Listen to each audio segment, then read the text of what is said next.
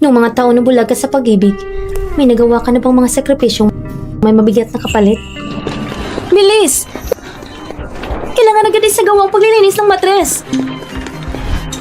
Ako, nasa bag ko ang ID ko at bank card. Kunin na lang dun yung bayad.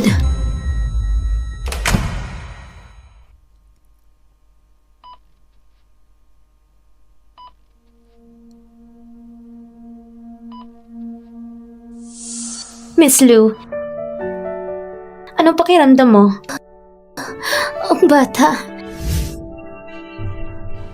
Nung dinala ka sa ospital, wala na ang bata. Ngayong gising ka na. Oo nga pala. Kailangan mo pang manatili rito ng 2 araw. Magpahinga ka muna. Kapag gumaling ng katawan mo, huwag kang mag-alala. Magkakaanak ka rin ulit.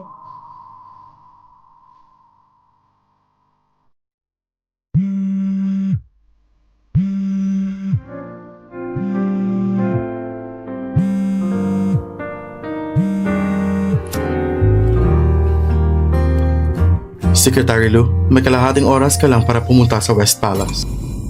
President Wen. Nasa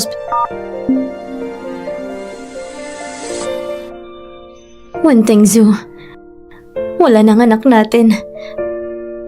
Pero para sa'yo, wala man lang itong halaga, hindi ba?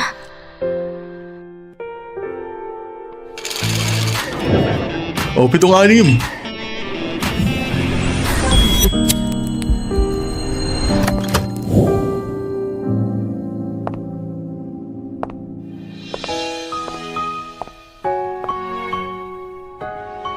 President Wen. Secretary Lou, nahuli ka ng 3 minuto. Secretary Lou, nahuli ka ng 3 minuto. President Wen. Tama na. Ayoko makinig sa mga walang kwenta mong salita. Ngayon, gampanan mo ang tungkulin mo bilang punong sekretarya. Secretary Lou, matagal na kitang sinabihan na ang babaeng masyadong mahusay hindi palaging mabuti. Tignan mo kung gaano kabayas ang President Wen nyo. Ayaw niyang malasing ang malambing na bagong sekretarya. Kailangan pa niyang ipatawag ka rito. Ate Zhang Yue, pasensya na po. Hindi po ako umiinom ng alak. Hindi mo kailangan mag-sorry. Siya ay absent sa trabaho ng walang dahilan. Kung hindi dahil doon, ang inuman ngayon, siya sana ang iinom. Talagang may kinikilingan ka. Wen Tengzu, 3 taon kitang sinundan. Kailan mo ba ako hinarap ng may lambing? Kahit sandali man lang. Mahilig si Ate Zhang Yue sa trabaho. Check na dahil may importante siyang lakad ngayon kaya hindi siya nakapunta. Kasalanan ko ito dahil hindi ako marunong uminom. Kung hindi sana naabala si Ate Zhang Yue na pumunta pa. Ayos lang. Ang mabait na dalaga dapat juice lang iniinom. Ang alak ay trabaho ni Secretary Lou. Talagang marunong magpahalaga si President Wen sa mga babae. Totoo nga, 3 taon nang kasama niyo si Secretary Lou, hindi ba? Hindi pa namin nakita kahit minsan na dinala mo siya sa mga salo-salo para painumin ng juice. Kailangan pa rin uminom. Iba yun. Malakas uminom si Secretary Lou. Mahilig siyang uminom. Secretary Lou, tama ako, hindi ba? Nung para sa negosyo mo, inilalasing ko ang sarili ko hanggang sumakit ang tiyan at magsuka ng dugo. Sa paningin mo, dahil lang pala gusto kong uminom. Nakakatawa talaga. Ang akala ko sakripisyo ay isa lang palang biro na ako lang ang nante. Tama si President Wen. 1 araw lang akong hindi uminom. Hindi na mapakaling katawan ko. Halika Mr. Su. Sabay tayong uminom. Halika, halika.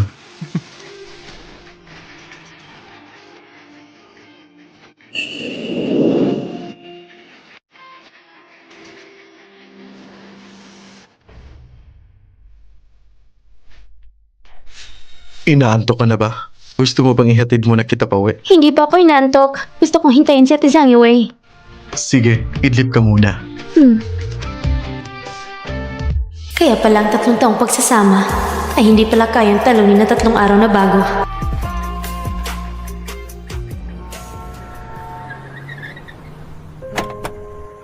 President Wen, dito na lang ako. Mukhang naparaming inom ni Ate Zhang Yue. Kayo na pong maghatid sa kanya pauwi. Sige, magpahinga ka na ng maaga. Good night, President Wen. Good night.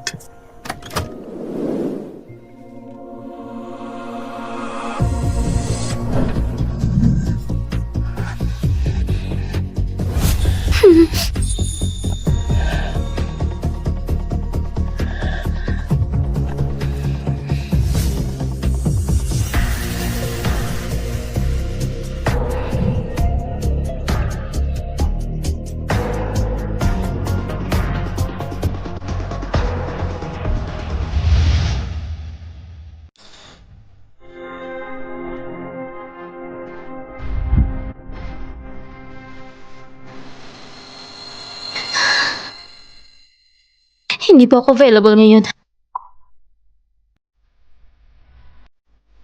Nagkakawalang gana.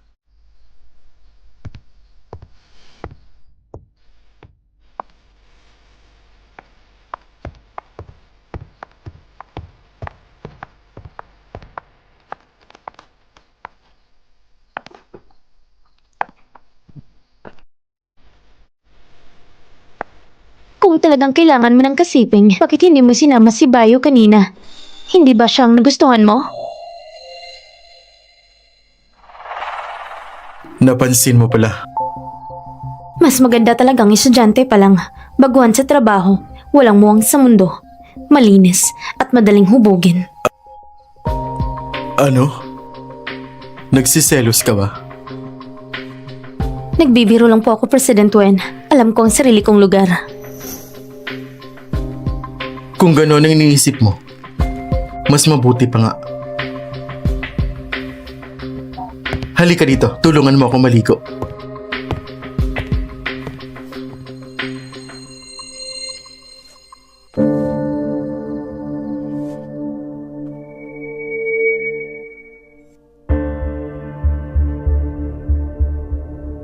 Hulihin niyo siya! Bilisan niyo! Habulin niyo! Hulihin niyo siya!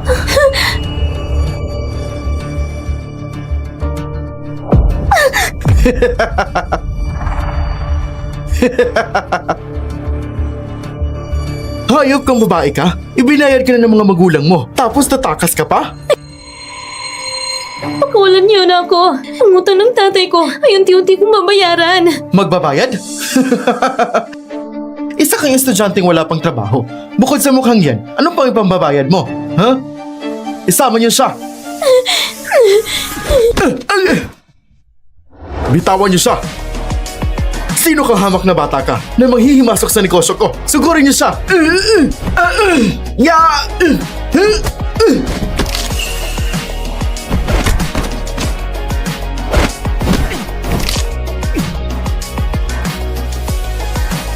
Mag-ingat ka! Ya!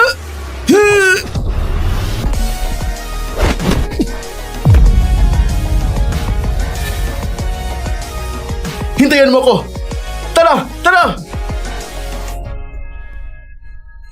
Ayos ka lang ba? Ginoo, salamat po. Ikaw, ang sugat mo. Ayos lang.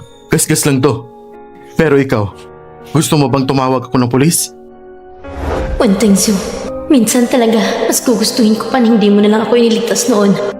Para sana hindi ako hinila palabas ng impyerno para itulak ulit sa kailaliman. Magandang umaga, Secretary Liu. Magandang umaga. Magandang umaga, Secretary Liu. Magandang umaga.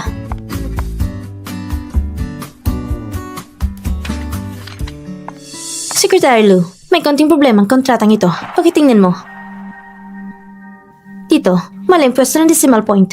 50 milyon ang budget, biglang naging 5 milyon. Mukhang ang kontratang ito, hindi akong gumawa. Ang gumawa nito ay bagong assistant na si Bayo. Naiintindihan ko. Ako nang bahala sa pagkakamaling ito. Baliw ka ba? Napakalaking pagkakamali nito. Kahit pamayos ito, may dapat pa rin managot. Hindi mo naman kasalanan. Bakit mo pa dinadagdagan ang problema mo? Hindi ko sinabing akong mananagot. Kung sinong nagkamali, siya ang dapat managot. Bukod pa rito, ang empleyadong wala pang isang buwan na may malubhang pagkakamali sa trabaho ay maaaring tanggalan agad.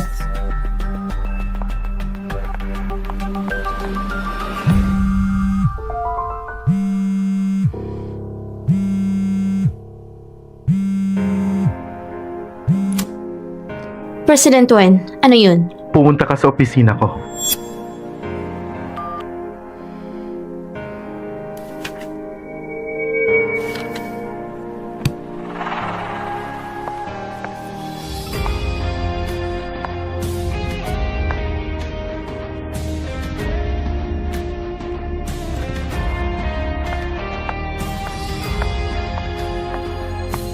Magpaliwanag ka. Ano po ang gusto niyo ipaliwanag ko, President Wen? Bakit mo siya tinanggal? Siya ang gumawa ng kontrata ng Warner. Direktang nabawasan ng 10 beses ang presyo. Buti na lang ang kliyente ay may mabuting relasyon sa atin at pumayag na mag-sign muli ng tamang kontrata. Ang order na ito ay magdudulot ng malaking pagkalugi. Ayon sa patakaran ng kumpanya, ang bagong empleyado na gumawa ng malubhang pagkakamali ay maaaring tanggalin agad at panatilihin ang karapatang managot. Oo, pasensya na po. Masyado po akong naging pabaya. Ibigay mo sa akin ang kontrata. Ang petsa ng pagpirma sa kontratang ito ay eksaktong araw na ikaw ay umabsent ng walang dahilan. Kung hindi dahil sa'yo, ang trabahong ito ay hindi sana na ibigay kay Bayu na isang bagong empleyado. Ibig mong sabihin, ako ang may pananagutan?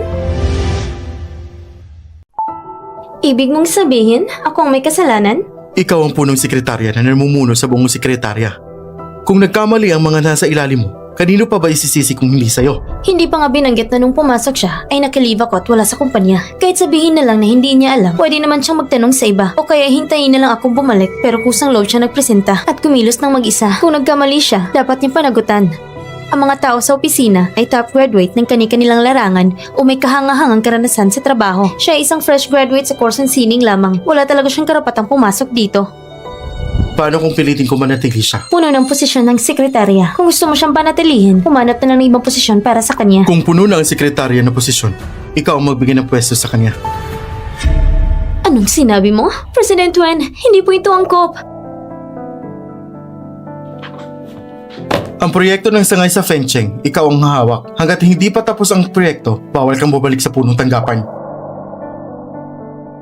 Hindi na kailangan itaboy ninyo ako, President Wen. Ang kontrata ko sa Beyond Group ay may isang buwan nilang bago ma-expire. Ako na mismo ang aalis. Luzang Yue! Ano bang ugali mong yan? Anong ugali? Ang ugali ko magre-resign na ako. Hindi na ako magsiservisyo! Hindi na ako magsiservisyo!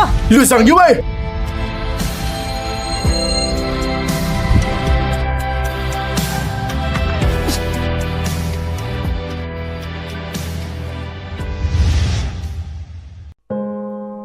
Talagang nakakataka ka ngayon. Ikaw na workaholic na parito ka sa akin sa araw ng trabaho. Shishi, balak ko nang umalis sa trabaho. Talaga? Ang kontrata ko sa trabaho, malapit nang mag-expire. Hindi ko na balak mag-renew.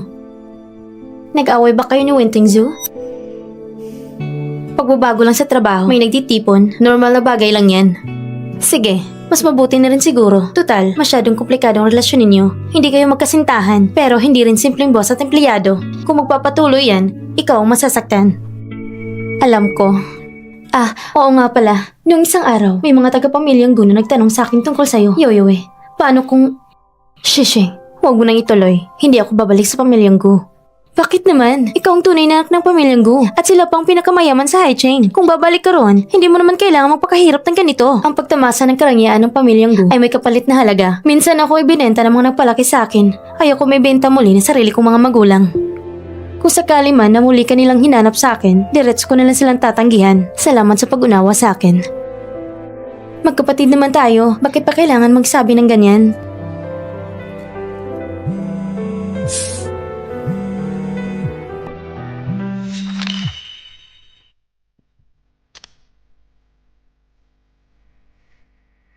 Bumaba ka. Huwag mo akong piliting umakyat para kunin ka. Ayokong mapahiya ka sa harap ng kaibigan mo. Shishi, may kailangan lang ako asikasuhin. Uuna na ako. Ha?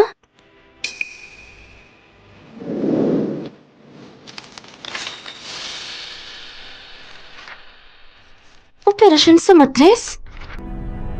Nakunan si Yoyo Ha?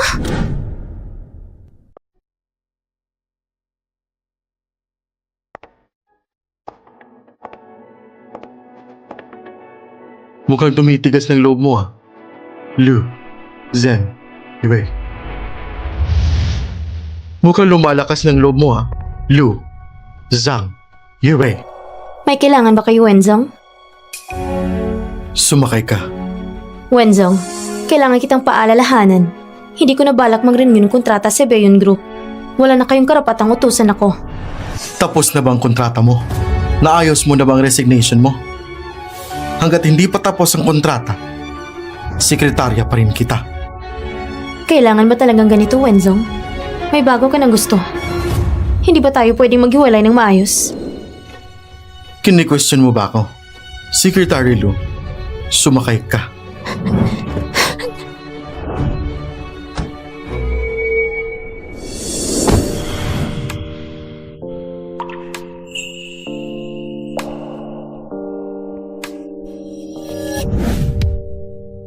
Sa ganitong mga bagay, huwag mo na sana akong isali sa susunod. Hindi ba interesado ka kay Bayo noon pa man? Mas mabuti pang siya ang hanapin mo.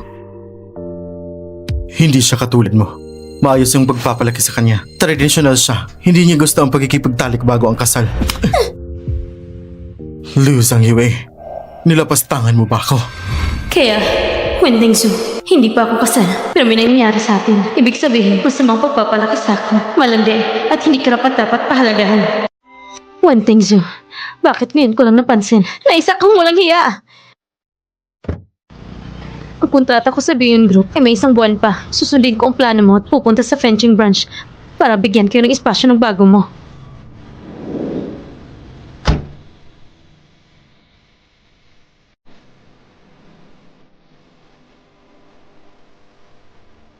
Ang babaeng ito, malakas pala ang sampal.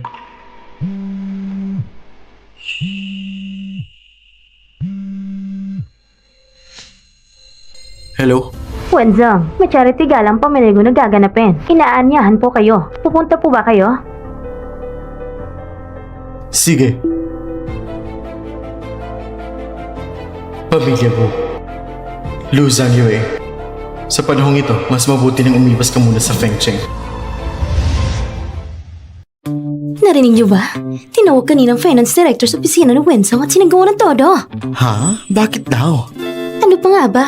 Yung bagong si Bayo, nagkamali na naman sa report. Pinapagod siya ni Wenzong, kaya naghahanap ng sasalo ng sisi. Minamalas lang ang finance director na tapat sa kanya. Ay, grabe talaga ang pag-aaruga ni Wenzong sa kanya. Ilang beses na nakita kong si Wenzong, siya mismo ang sumusundo sa kanya papunta at pauwi sa trabaho. Hindi ba niya balak magibabaw at maging misis ng presidente? Shhh! Huwag kayong ganyan magsalita. Lahat sa kumpanya, alam relasyon ni na Miss Zhangyue at Wenzong. Ay hindi basta-basta. Narinig ko na nakita ng mga magulang. Hindi naman siguro ganun kabasta si Wenzong. Hindi ko alam. Sa oras na trabaho, bakit nagkakatipon-tipon sa pantry? Kakalis ko lang sa business trip ngayong araw. Hindi alam ang disiplina? Miss Lu, nakabalik ka na? Bumalik na sa pwesto at maghanda. Magkakaroon ng department meeting. Bilisan natin. Tara. Miss Zhangyue, ang pwesto mo. Anong problema sa pwesto ko?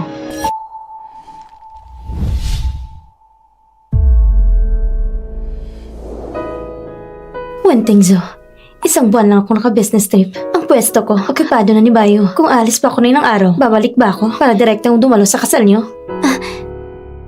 Ate Zhangyue, ikaw ay bumalik na? Tapos ng proyekto sa Fengcheng, bumalik ako para i-report ang trabaho. Pasensya na, Ate Zhangyue. Hindi ko intensyon na okupahan ang pwesto mo. Hindi ko alam na babalik ka ngayon. Si Wenzong, aayusin ko na talis na.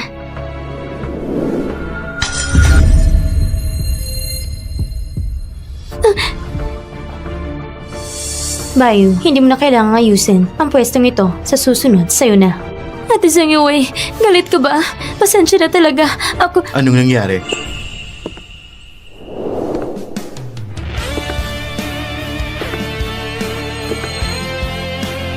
Wenzong, wala naman. Si Ate Zhangyue pumalik mula sa business trip. Kasalukuyan kong inayos ang mga gamit o kung ibigay ko ang pwesto sa kanya. Liu Zhangyue, pagkabalik mo, agad nang nag-aabang sa opisina. Sino nagbigay sa'yo ng karapatan? Sino nagbigay sa'yo ng karapatan? Wenzong, alam mo bang sinasabi mo?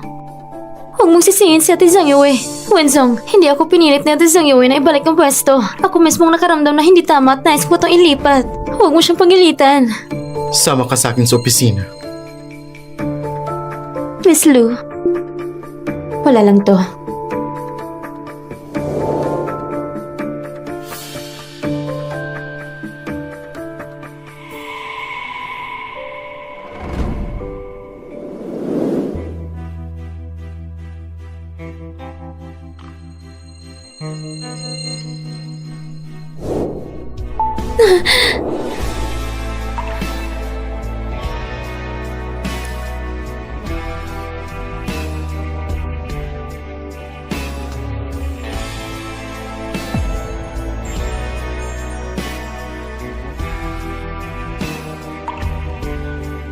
Matagal tayong di nagkita. Namiss mo ba ako? Wenzong, tapos na tayo. Hindi ikaw magsasabi kung tapos na ba.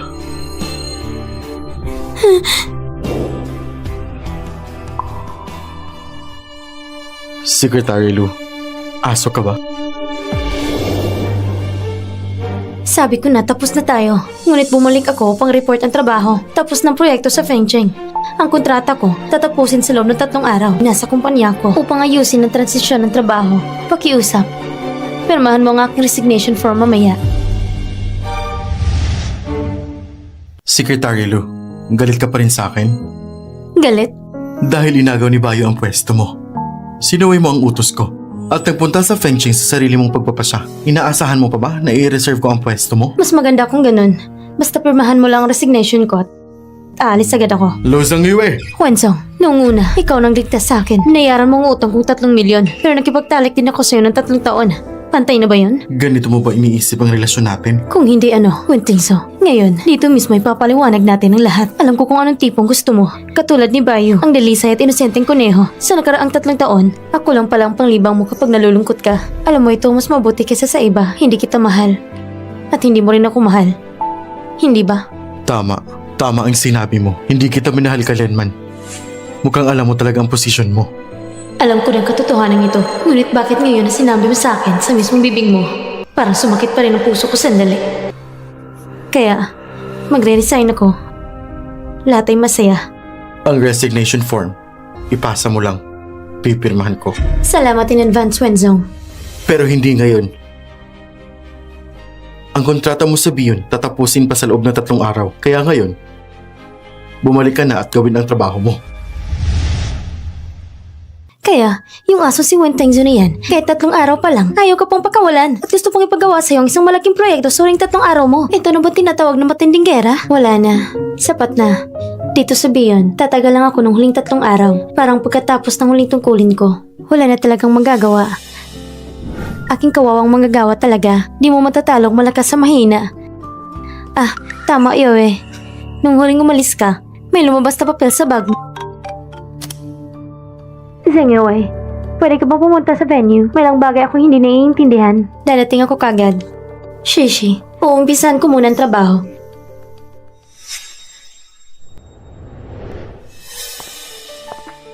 May problema ba? Zengyoy, nandito ka na. Ganito kasi. Ang ilang borda na ito ay para sa huling exhibit. May 2 tali para isabit at sa oras ng exhibit, unti-unti ito nababagsak. Ang borda na ito ay mula sa itaas ay dandahang bumabagsak. Sinuri ko ng kaligtasan pero medyo nag-aalala pa rin ako. Gusto ko suriin mo rin para sa seguridad. Sige. Zhangyoe, sa kumpanya natin, kapag gumagawa tayo ng non-heritage projects, wala masyadong kita, diba? Ang mga proyektong ito, hindi talaga para sa pera. Ginagawa ito para sa reputasyon. Ah, naiintindihan ko na. Para ipalaganap ang ating intangible cultural heritage upang mas maraming taong makakakita ng mga kayamanang iniwan ng ating mga ninuno. Oo, ngayon, bigyan natin ng mainit na palakpak ang nagpasimula ng event na ito. Ang president ng Bayon Group, President Wentengzo, umakyat sa entablado para magsalita.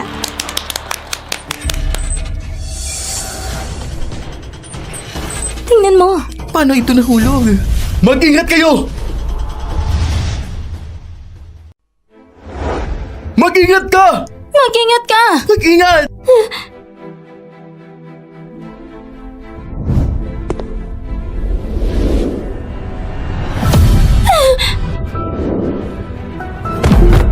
Tingnan mo, ayos lang mo siya. Tumawag ka ng ambulansya. Hindi ba nasaktan? Ayos ka lang ba?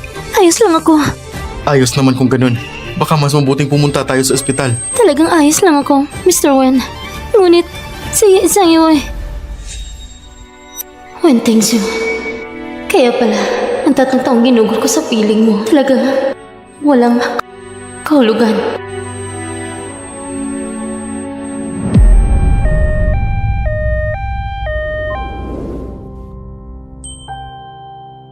Sengyue, kising ka na. May sakit pa sa katawan mo? Ang pagkakasugat niya ay bunga ng kanyang sariling pagkakamali. Bakit mo siya pinapansin? Bunga ng sariling pagkakamali. Mr. Wen, pakilinaw mo nga. Ang dahilan ng aksidenteng ito, nangyari ito dahil sa isang tali na sumabit sa borda ng natanggal. Kahit nasira ang CCTV, pero ayon sa alaala ng mga manggagawa sa lugar, bago nangyari ang insidente, isa lang ang tao na nasa lugar na yun. At yun ay ikaw. Kaya iniisip mo na sinadya ako ang napaluwag ng tali? Sabihin mo sa akin. Ayos ka lang ba? Bakit ka lumapit sa tali? Sabi ni Bayo, nag-aalala siya sa kaligtasan at gusto niya itong muling suriin. Hindi mo hinawakan ng tali. Hindi. Parang meron? Ano? Zhang Yue. Naalala ko lang, parang nung iyon, hinila mo ang tali. Kaya iniisip kong, Huwag kang matakot. Ipatuloy mo. kaya iniisip ko, baka nung panahong na yun, hindi sinadya na ipaluwag ang tali. Mr. Wen, pasensya na. Hindi ko alam na kahit galawin ng tali, ay magkakaroon ng ganitong seryosong epekto. Kung alam ko lang, pinigilan ko si Zhang Yue. Baka hindi na mangyari ang ganitong insidente. Bayo, ulitin mo. Ano nga nahawakan ko? Mr. Wen, galit ba si Zhang Yue? Natatakot ako. Tanong ko sa kanya. Hindi ka makikialam. Wen Tengzu, kung anong sinasabi niya, paniniwalaan mo lang ba? Wen Tengzu, kung anong sinasabi niya, paniniwalaan mo lang ba? Alin sa sinabi niya hindi totoo? Mr. Wen, lahat ng sinabi ko totoo. Kung hindi ka maniniwala, pwede mong tingnan ng CCTV. Hindi mo ba narinig kanina? Sabi nga sira ang CCTV! Sapat na bang pagsigaw mo? Anong karapatan mo na magalit sa iba? Mr. Wen, hindi talaga ako nagsisinungaling. Naniniwala ako sa'yo. Wen Tengzu, 3 taon tayong magkasama. Akala ko dati, kahit hindi mo ako mahal, maiintindihan mo pa rin ako. Ngunit tila, wala kang pinaka-basic na tiwala sa akin. Sasabihin kong muli, hindi ko hinawakan ng tali at wala rin akong motibo para gawin iyon. Bayo, kahit sira ang CCTV, maaari pa rin na may ebidensyang maiiwan. Sigurado ka bang akong humawak ng tali? Hindi mo ba babaguhin na sinabi mo? Zhang Yue, kahit sobrang paghanga ko sa'yo at gusto kitang tulungan, ngunit ngayon na nangyari ang ganitong seryosong bagay, hindi ako sanay magsinungaling. Sigurado ka ba na nakita mo mismo na hinawakan ko ang tali? Liu Zhangyue, paulit-ulit mo na lang tinatanong. Gusto mo bang ilang beses pa? Kung makakakita ako ng ebidensya na nagsisinungaling ka, paano ka mag-a-apologize sa akin? Sasampalin kita ng 1 beses. Sasampalin kita ng 1 beses. Zhang Yue, nakakakaba ka talaga sa ganyan. Liu Zhangyue, kailan ka ba titigil? Kanina, hindi ka ba sigurado na nakita mo akong humawak ng tali? O inaamin mo lang ba na nagsisinungaling ka kanina? Hindi siya talagang makakahanap ng ebidensya. Imposible. Sinira ko ng CCTV ng maaga. Ano ba bang ebidensyang makukuha niya? Sigurado sinusubukan na niya akong lokohin. Lalo na sa ganitong pagkakataon. Hindi ako pwedeng magpakatanga. Mananagot ako sa bawat salitang sinabi ko. Syempre, handa akong tumaya sa'yo. Ngunit, hindi ko alam kung hanggang kailan ka maghahanap. Ngayong nangyari, ang ganitong seryosong aksidente at marami pang trabahong kailangang aksikasuhin. Abala ang lahat. Walang masyadong oras para maghintay sa'yo. 10 minuto lang ay sapat na.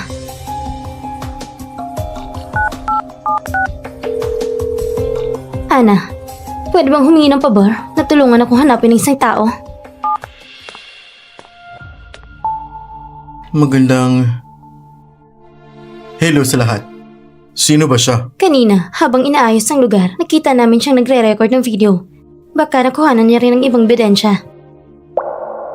Pwisit, bakit hindi ko napansin kanina nang may nagvi-video? Eto po, Secretary Lu. Kinuha ko lang ng mabilis. Hindi ko alam kung yung nakuhanan ko ay yung gusto mo. Hindi rin ako sigurado. Pakitignan niyo lang po. Hihintayin ko na lang po sa labas. Baka naman wala rin siya nakuha. Bayo, sabi mo nakita mo ako na humawak ng tali. Ano to?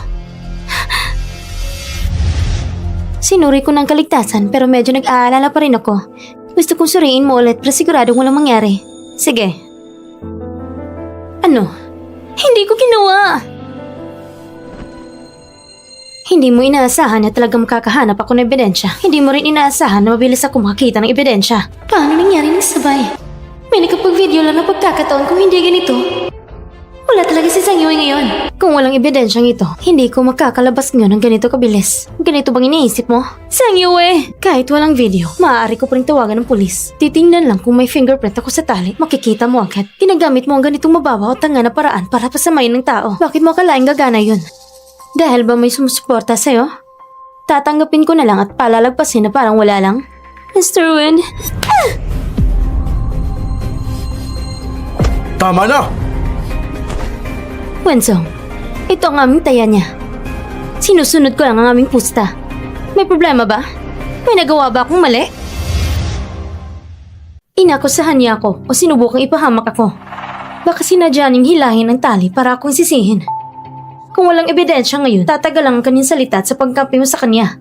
Kahit tumalon ako sa ilog, sasabihin pa rin ng iba na ito ay takot sa parusa o suicide. Bakit ko pa kailangan magdusa ng ganito? Kung ako ay napahamak, hindi ko ba maaaring ipaglaban ang aking karapatan? Isang sampal lang naman. Napakasama ko na. Inaamin ko, nagsisinungaling ako. Dapat ko tanggapin ang sampal na ito. Ngunit, hindi ko naman hinalo ang tali at sa video, walang kuha ng kamay ko sa tali. Wala ebidensya ng ganon. Sinasabi mo na akong humila ng tali para akusahan ka? Hindi mo rin ba ginagamit ng pagkakataon para akusahan ako? Ano pa bang mas mataas sa akin? Nainggit lang ako dahil may ikaw sa tabi ni Wenzong. Kaya sa sandaling iyon, nagsinungaling ako. Wenzong, pasensya na. Aking pagkakamali ito. Hindi ako dapat naging tanga. Hindi ko dapat iniisip na kung may bahid lang si Zhang Yue. At hindi perpekto. Siguro, hindi mo siya magiging ganun ka-interesado at mapapansin mo rin ako. Alam kong kasuklam-suklam ang iniisip ko. Si Zhang Yue nga ang nauna sa tabi mo. Ako ang pangalawa. Hindi ka pangalawa. Dito nagtatapos ang usapang ito. Tumigil na kayong dalawa. Kaya pala, tama nga ang kasabihan. Ang hindi minamahal ang siyang tunay na pangalawa. Wenzong, 3 araw na lang natitira sa kontrata ko kay Bayon. At nasugatan ako, ito ay saklaw ng work injury. Hindi na ako makakabalik sa trabaho. Pahiramin ko ang ospital ng medical certificate. Ibibigay ko ito sa HR para mag-leave at para humingi ng bayad sa work injury. Huwag mong kalimutan ang pinangako mo sa akin. Pirmahan mo agad ang lahat ng dokumento. Lu Zhang Yue, babalik ka na naman sa gulo. Gulo? Wenzong, overthinking ka. Nagsugatan ako. Huwag ako istorbahin. Pakiusap, agad kayong umalis sa aking kwarto. Lu Zhang Yue, Umalis na kayo!